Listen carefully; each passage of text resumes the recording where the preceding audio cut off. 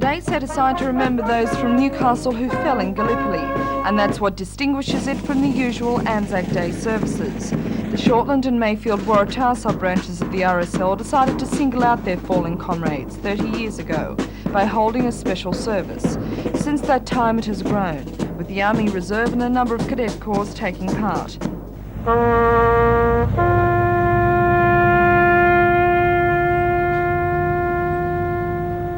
Perhaps this occasion is more solemn and intimate than most commemorative services, because most of those attending knew personally someone who gave their life, and also because it's held in the Newcastle War Cemetery.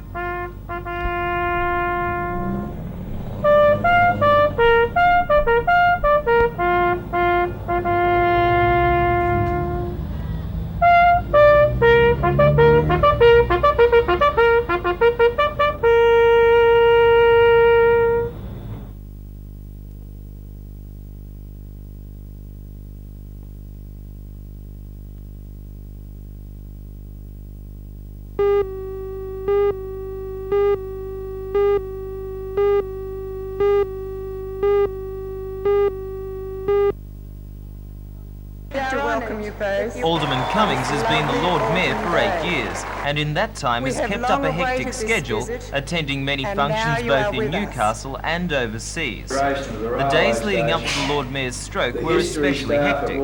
Heritage Week ceremonies demanded her time on Monday, and Tuesday night's council meeting continued until the small hours of the morning. She received her Prime Minister Mr Hawke on Wednesday and Thursday, and on Friday met with the Deputy Prime Minister Mr Lionel Bowen. It was after a luncheon attended by Mr Bowen that she suffered a stroke. A spokesman for Royal Newcastle Hospital said yesterday that it will be some weeks before Alderman Cummings is released from hospital. Yesterday afternoon, the Deputy Lord Mayor, Alderman Don Geddes, expressed concern over Alderman Cummings' illness. It was traumatic. I am concerned for her, I am concerned for her family, and I hope that she's able to return to work as quickly as possible. But as in the interim period, it's a matter for the town clerk to decide whether I should be called in to take her place during the course of her sickness, and he's the only one that can decide that.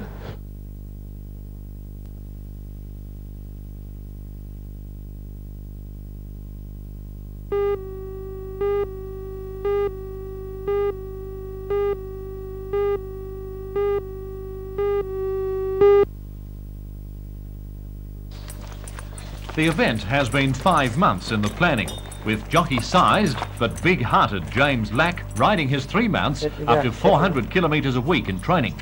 The horses are so finely tuned that even today, James had his own, part Arab, 5-year-old chestnut gelding Montarius Nicolai, or Cal for short, saddled up for a session. The other 2 horses are also 5-year-olds, Red Rum and Surfside Beacon. 120 kilometres will be covered on each of the first 3 days, then 110 kilometres for 3, and dropping back to 100 kilometres a day for the final 3. James hopes to keep to his 9-day timetable to enable him to meet sponsorship commitments on the way, arriving in Newcastle's Civic Park on Sunday week. Oh, and by the way, the mongrel pup Pluto will be going all the way. He's covered up to 40 kilometres a day in training. Already, sponsorship has been arranged, but if you'd like to contribute also, contact the Hunter Valley Cancer Appeal Committee. James Lack once had cancer, so he has great incentive to complete the journey. I'm always interested in endurance riding, and having endurance horses in train, I thought it'd be a great idea to raise money towards helping others. Well, how much preparation has gone into this effort? Well, these 2 horses at least 5 months, and one's been in work for 12 months. You think you can stick to such a tight schedule, seeing as you have to meet up with people? Yeah, well, I'm a pretty determined type of fellow. I feel that he will do it no worries at all. Red Rum goes 60 mile in about 5 hours 10 up hills and around places like St Albans, so I don't think I've got much worry on the flat ground.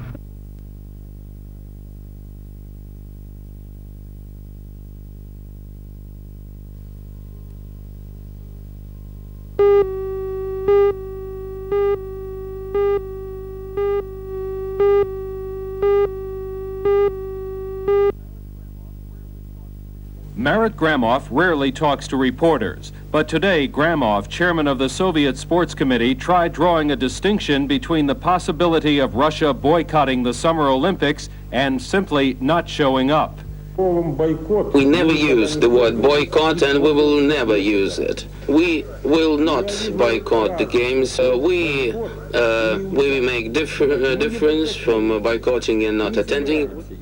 Not attending, said Gramoff, could happen if the United States continues to, as Russia puts it, grossly violate the Olympic Charter. Among other things, the Soviets have accused the U.S. of failing to ensure the security of Russian athletes, of supporting anti-Soviet demonstrators and encouraging defections, of making Russian athletes obtain special visas, and of even holding the Olympics in LA's unhealthy smog. Although still bitter over the U.S.-led boycott of the 1980 Olympics here, Russia insists it's not trying to seek revenge against the United States. The Soviets also deny trying to keep their athletes home because they're not good enough to win. Our team is maybe ahead of the U.S. team by 25-30 gold medals. Most Russians seem to support the Olympics, viewing it as a chance to win more than just gold. It's very important for us, for our countries, to develop our ties, our peace ties. The Reagan administration seems less certain today about Soviet participation in the Olympics, but officials say their conscience is clear that they've bent over backwards to be accommodating. We're a little bemused. We do not see a continuing visa problem. There is no impediment as far as the Soviets are concerned. What then is the meaning of today's message from Moscow? It's kind of hard to read what they're saying. Administration officials admit they did refuse entry to one Soviet Olympic official because he was a high-level KGB agent. And it's conceded that the U.S. Embassy in Moscow did mistakenly suggest that visas would be needed for the athletes. Actually, only a list of the competitors is required. But the latest Soviet complaint concerns a coalition of conservatives and emigres from the Baltic states, which is out to encourage Soviet defections. So-called safe houses, such as Estonian House in Los Angeles, are being prepared to receive them. East Bloc sources say that Moscow suspects the U.S. government is behind these attempts to get Soviet athletes to defect, something Washington strongly denies.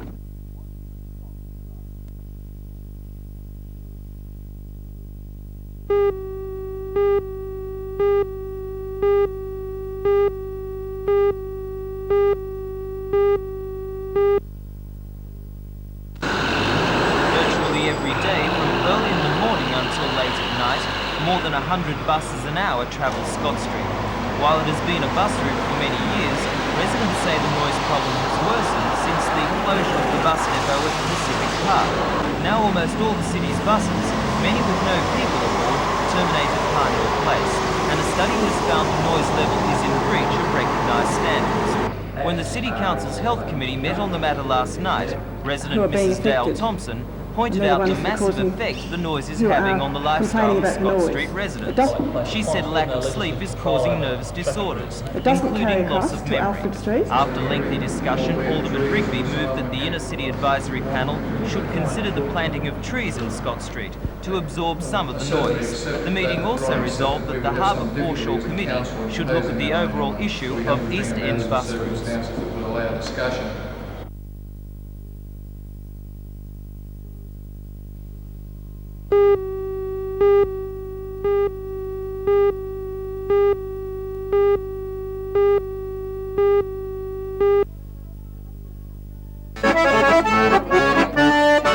Finnish visitors were guests at the Koistinen family home in Cherry Road. It was principally a social visit. The Koistinens are from the Karelian region of Finland, where the choir and the dancing troupe are based. However, some members of the group, keen to show off their talents, gave an impromptu performance on the back lawn. The Karelian choir and folk dancers have been performing for European audiences for 20 years, but this is the first time they have been to Australia. The group has already given shows in Adelaide, Melbourne, Canberra and Sydney. Its last stop before returning home is Brisbane.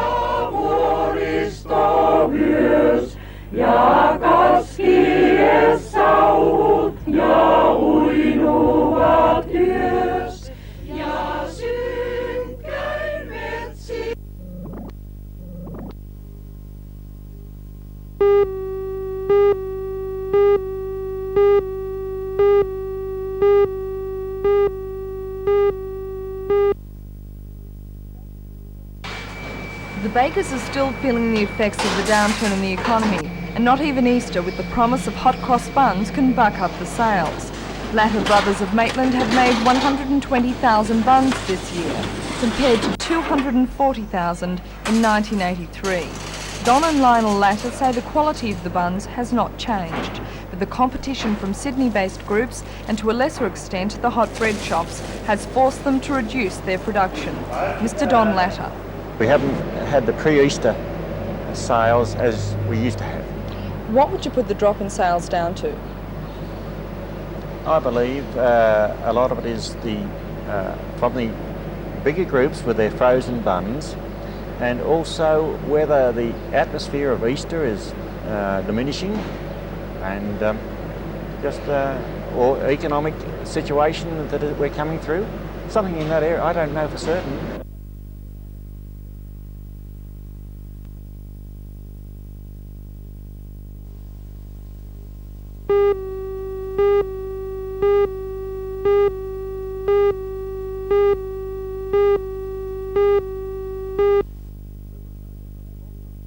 Representative of sponsors Smith's Crisps Harold Hetherington, tournament coordinator Jane Bennett, state netball promoter Beverly Dew and president of tournament hosts the Newcastle Netball Association's Del Saunders today inspected and discussed facilities for the upcoming championships. Newcastle has more than impressed its Sydney netball colleagues. We're just overwhelmed really with the facilities that have come up with everything. Really. The new netball courts, I gather, must have been impressive to you? Yes, tremendous. We're just so excited and thrilled about them.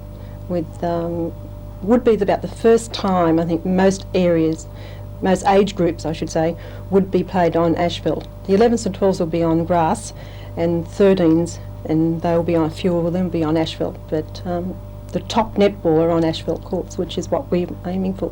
All right, then apart from the courts, which obviously meet more than your satisfaction, we've got other facilities too. Yes, canteen outlets, which is, we've got 15, which we've never had that before, and that means that spectators will not have to be queuing up. They can be served very quickly and get back to their games, which is what we want, because that's what we're here for, is netball.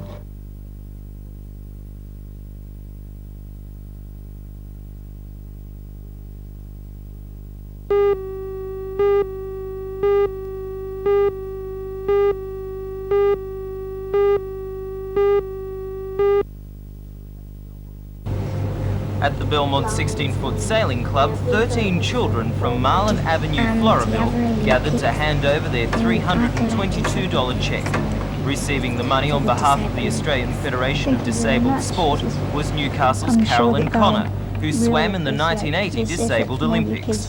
Among the children was 9-year-old Kim Weeby, who organised the fundraising effort. The idea had come after she and her friends participated in a Lions Club walkathon to help fund the Australian Olympic team's trip to the Los Angeles Games. In the state, I thought it was for all the Olympics, and it only went to the normal Olympics, and I thought it was going to the Disabled Olympics too. So I decided to do something about it, and so I decided to have a fete, and I got my friends and got a fete together. Are you happy Kim's with the own result? home became the location for the fete, Yes. and the children set up cake and white elephant stalls and prepared show bags for sale. More than 100 people attended. The money the fete raised will help send the Australian team to the Disabled Games in New York in June.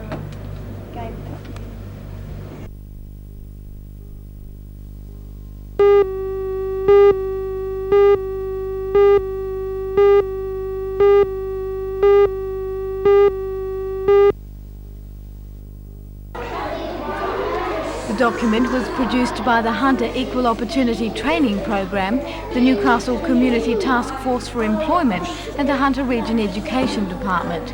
It begins with some statistics on female employment in the region.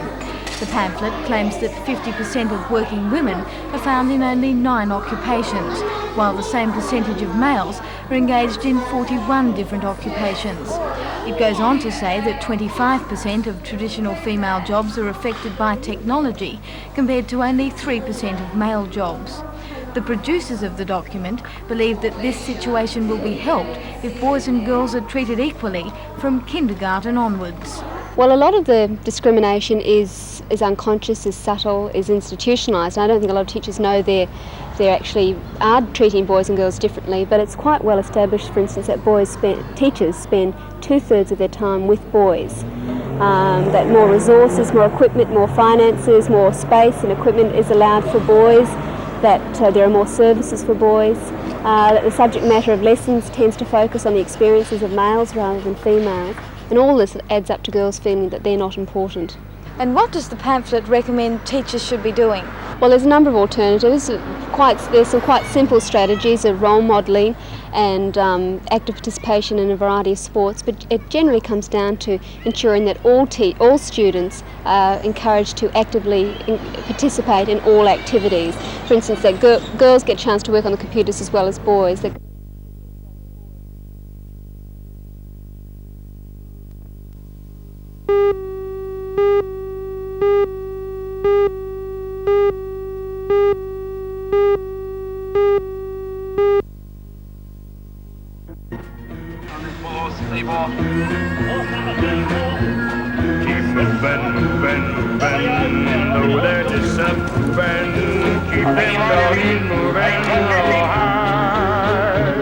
Don't try to understand them, just rope and throw and brand them.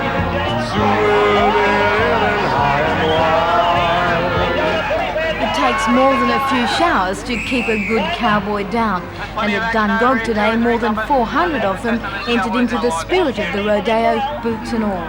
The rodeo was to have been held last weekend, but heavy rains earlier in the week prevented the transfer of cattle to the showground.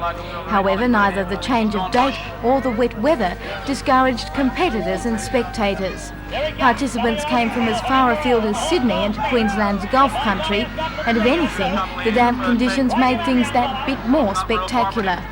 A 2-day rodeo is held each year in Dungog, and all proceeds go to the Royal Blind Society. Today's events included the exacting bulldogging and the popular rough riding. The entertainment continues tomorrow with the camp drafting competition.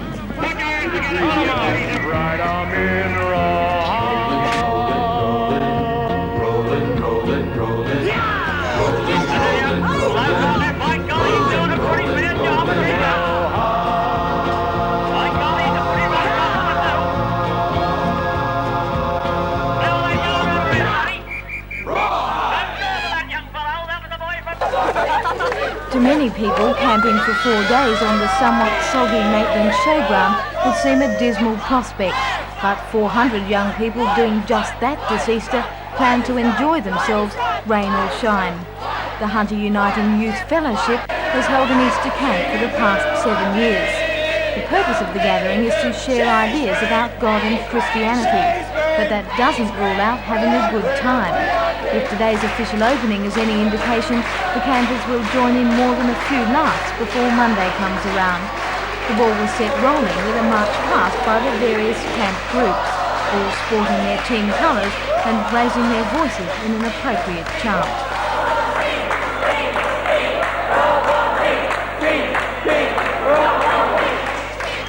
Once the masses had assembled, the camp took on a more regal atmosphere, with a fleeting visit by the royal family.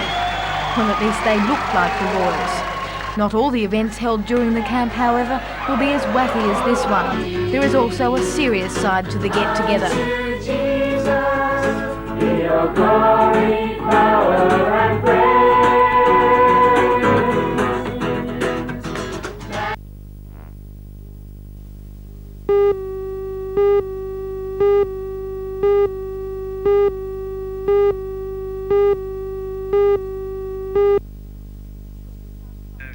When the sun finally came out this afternoon, it was much to the delight of the people of Stratford. It made their market day that bit more enjoyable. The Town Hall Green took on the appearance of a village square, with an array of bright stalls selling wares that ranged from pumpkins to pillows. As well, there were races and games, and for the children, an ever-popular merry-go-round. When lunchtime came around, you could have been excused for thinking you were on the other side of the world. Stratford's namesake on the Avon River in England is synonymous with Shakespeare. So a group of players from Gloucester decided to continue that tradition in Australia by staging one of the Bard's better-known plays. So all hail Macbeth and Banquo. Banquo and Macbeth, all hail. While the people of Stratford sat enthralled with Macbeth, just up the road at Gloucester, a group of young people were participating in a very different kind of entertainment. An international gymkhana was held at the showground to welcome a group of visiting American riding enthusiasts to the Hunter. 23 people from San Diego in California are here as part of a cultural exchange program. Last Easter, 32 youngsters from pony clubs in the Newcastle region stayed in California. This year it's their turn to introduce the young Americans to horse riding Australian style. Adapting for the visitors has not been all that easy. In America, gymkhanas are held on dirt, not grass surfaces, and there is never more than one event staged in the ring at the one time. But that has not stopped them from winning a few ribbons or having a good time. It's really exciting. Is it different to the events you have in America? Yes, it is. We don't do them all in the same area. We do one class and then we take out and then set up another class. But you did well, nevertheless. Yes, I did. Yes, I did. I got a second and I got a fourth. I was very excited. Robert, how have you enjoyed it? Oh, it's great. I like Australia is just as pretty as Southern California.